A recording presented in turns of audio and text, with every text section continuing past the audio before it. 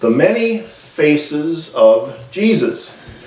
And we've been working with a question, and that question is, who was Jesus? What was his message? And why should we care today in the year 2014? And one way to answer that question comes from a new book that I mentioned at the very beginning of this series, written by Professor Bart Ehrman. He's a Bible scholar, he is a historian, and he is a self-described agnostic. And his new book is called How Jesus Became God: The Exaltation of a Jewish Preacher from Galilee. And I've got a quote here. This is from an article that Dr. Ehrman wrote promoting his book. And here's what he said. He says, "How did Jesus become God?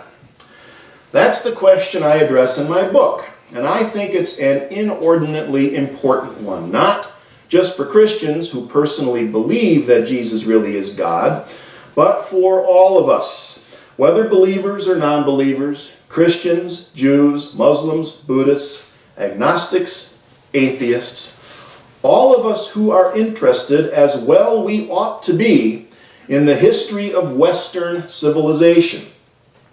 It's not hard to make the argument that if Jesus had never been declared God, our form of civilization would have been unalterably and indescribably different."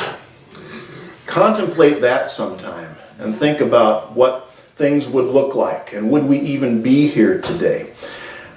One of the big reasons we should care about these questions is because the history of Western civilization has literally been shaped by the life of this man from Galilee. Even for the spiritual but not religious crowd, Jesus is still the primary role model for Western spirituality. That's just the way it is. So I think it's a good thing for us to become more conversant, to deal with it, to look at it from a different perspective. But how do we deal with this idea that is so prevalent in what we call Orthodox Christianity? How do we deal with this prevalent idea that Jesus was literally God? That's a big question.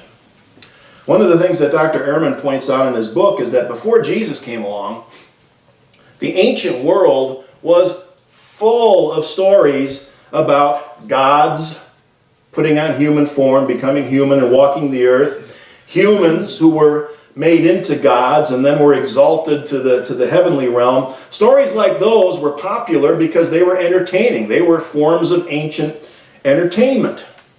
Maybe the modern equivalent might be, how about this, American Idol or The Voice? Think about it. You have these judges, right? And they're usually celebrities who have already been idolized, right? These human beings with godlike powers, because they get to declare which of the contestants, some mere mortal, gets to go on in the show and become an idol, right? The American Idol or The Voice, and we kind of worship them. Isn't that what we do? We worship celebrities, we idolize. These are really popular shows. I see things on Facebook all the time. People are following who's doing what and who's advancing to the next round and so on and so forth. You know, in case you haven't noticed, human beings, we're strange creatures in some ways. We seem to have this ingrained need to idolize someone or something, to take it and set it over ourselves as being more worthy, more powerful, and so on. More this than us. It was happening thousands of years ago, and as we can see, it still goes on today. There's this urban legend out there which says that nobody really thought that Jesus was God until Emperor Constantine declared him God in the year 325. But the fact is that it had been going on for a lot longer than that. And one of the things that Dr. Ehrman was surprised to find out when he did his research for this book was that the followers of Jesus started thinking of him as God almost immediately after his death. They had that idea and they used that language almost immediately after his death. But here's the thing. even though there was this pervasive idea that Jesus somehow represented or embodied God, there were a whole bunch of different variations on how that came to happen, when it came to happen, and what it meant. And I'll tell you, I could spend many hours talking about all of the different ways, and they are very different, the different ways that the ancient followers of Jesus thought of him as God. In fact, if you go to a theology school, they have a whole field of study that's devoted to just that one thing. It's called Christology. And I'll tell you what, to a nerd like me, that stuff is absolutely fascinating. And we just don't have time to get into the details this morning. I don't want to put you all to sleep. So I just want to focus on one possibility, one of the ways that Jesus was considered to be God that I think still works today. It's still relevant because it applies to us as well.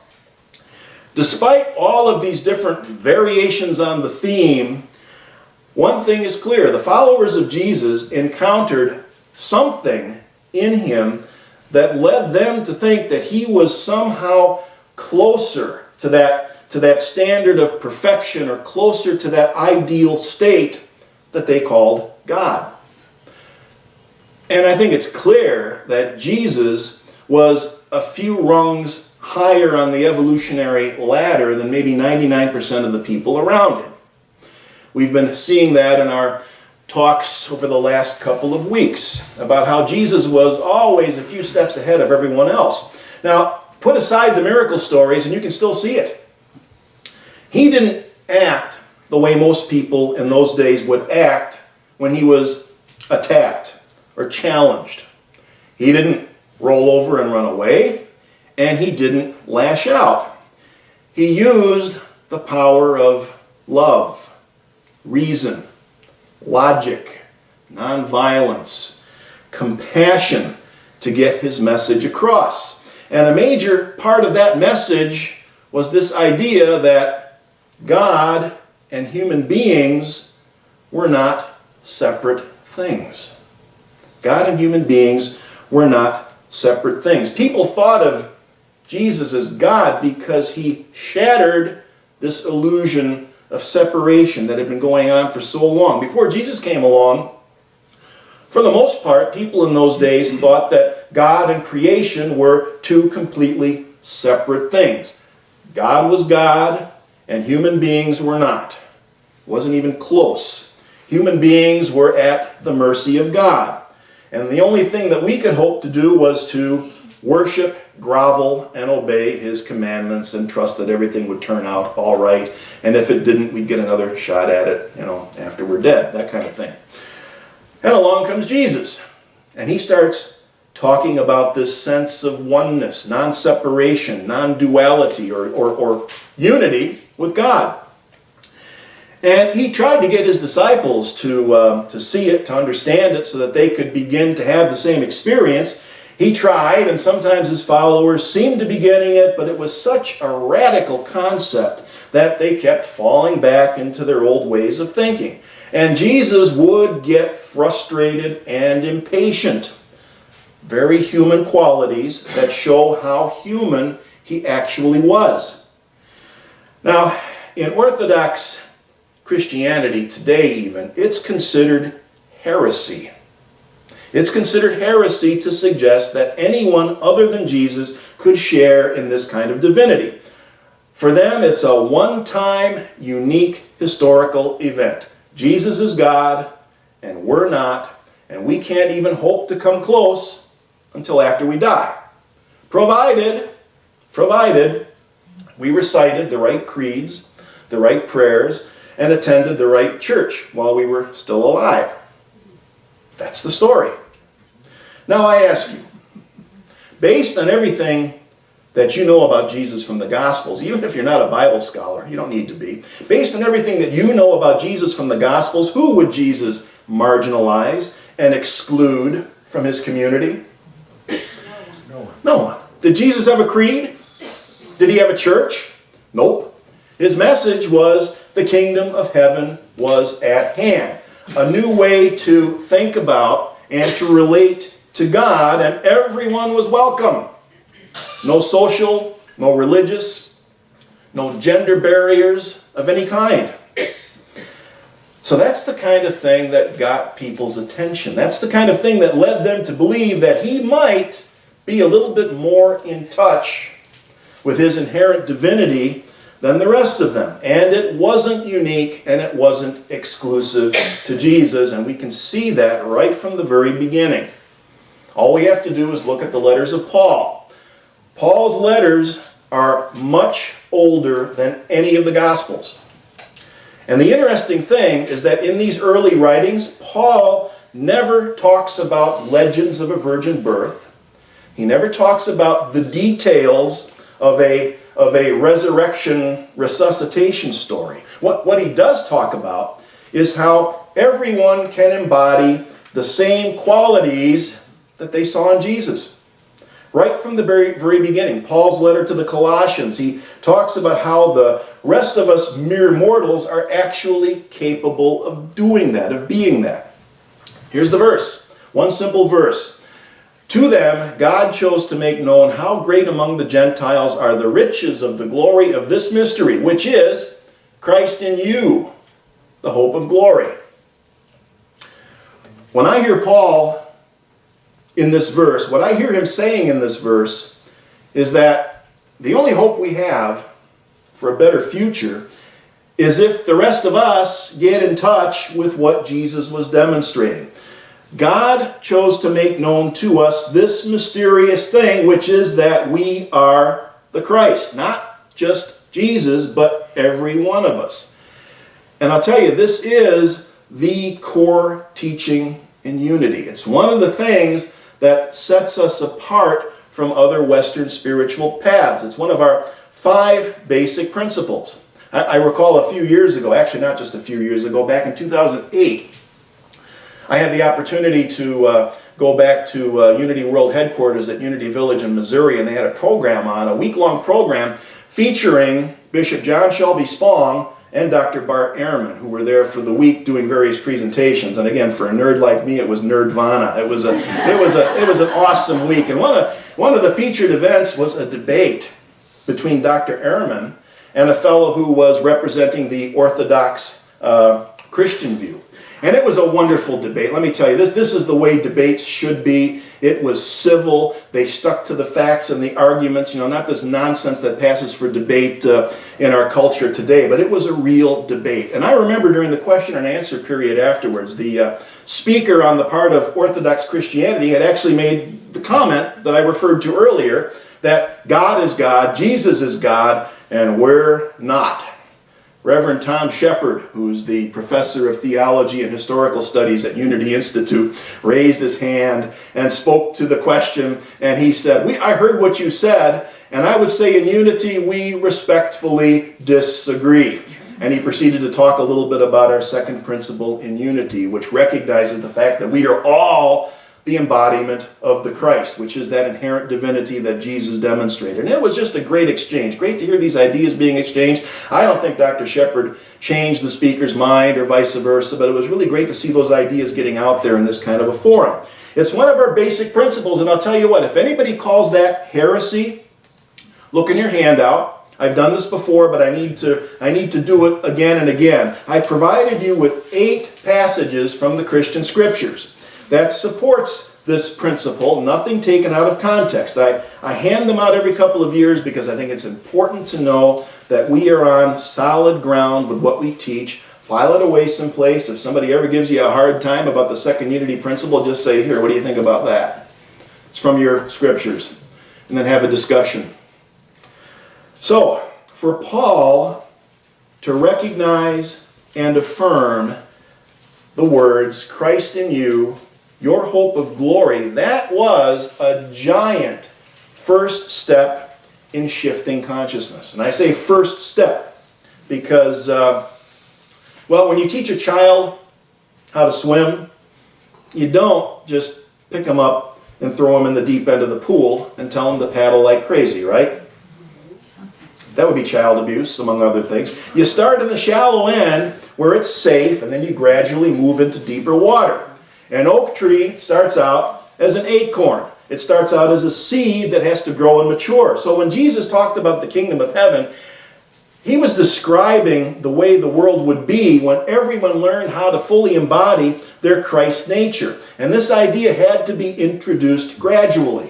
It had to be allowed to grow, to mature. That's why in the Gospels you hear Jesus comparing the kingdom of heaven to things like seeds or yeast. He says the kingdom of heaven is like a mustard seed that someone took and sowed in the field. It is the smallest of all the seeds, but when it is grown, it is the greatest of shrubs and becomes a tree. Or this one, the kingdom of heaven is like yeast that a woman took and mixed in with 3 measures of flour until all of it was leavened. We all know what seeds and yeast have in common. They start out small and they grow into something greater. So these ideas start out small in consciousness, and then they have to grow, or rather, we have to grow in consciousness. Time to leave the shallow end of the pool. Time for the acorn to become an oak tree. Time to leave the seed stage and become the manifestation. That's another big part of our message to the world. Don't be afraid to evolve. Evolution is our friend. It's a journey that's leading us to a place that we want to be. The Christ is the essential divinity of every human being. It's our link to the kingdom of God or the kingdom of heaven. And again, Jesus made it very clear that the kingdom of God is a spiritual realm or a realm of consciousness, not an earthly political system. Metaphysically, we say that the kingdom of God is a state of consciousness. And again, it's not something that's separate from us. Couldn't be more clear than this passage in Luke where Jesus is talking to the religious authorities, and he says, now when he was asked by the Pharisees when the kingdom of God would come, he answered them and said, the kingdom of God does not come with observation, nor will they say, see here or see there, for indeed the kingdom of God is within you. Now, if you think that little phrase, kingdom of God, sounds a little archaic or religious, you'd be right. It is. Kingdoms and monarchies, they're things of the past. God as some sort of king or ruler is an archaic, we call it theistic concept. That's why we have our vision statement in unity. Centered in God, we co-create a world that works for all. Centered in our Christ consciousness, together we bring about a more just and peaceful world. We expand our circles of caring and compassion to include more and more people, preferably everyone, not just our group of friends, our own tribe, the people who look and talk like we do. That's the kingdom of heaven coming into manifestation. That's evolution at work. So in his book, Dr. Ehrman concludes that even though Jesus' followers almost immediately considered him to be God or divine, he notes that Jesus himself never claimed to be exclusively and uniquely divine or exclusively and uniquely God. That status or that title was forced on him many years later by people who were trying to establish and maintain a religious empire.